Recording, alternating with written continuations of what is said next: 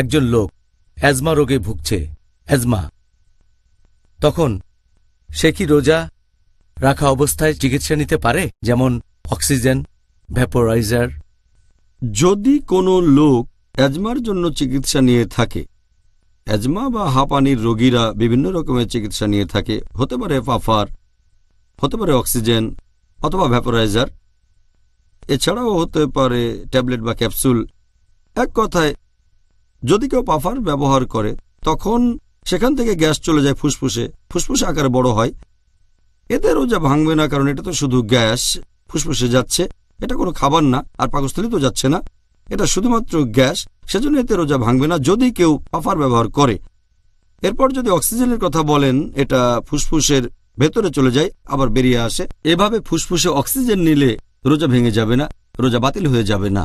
অ্যাজমার চিকিৎসা করতে গেলে এই দুটো পদ্ধতির ব্যাপারে অনুমতি আছে, পাফার এবং অক্সিজেন, এ দুটোতে রোজা ভাঙবে না।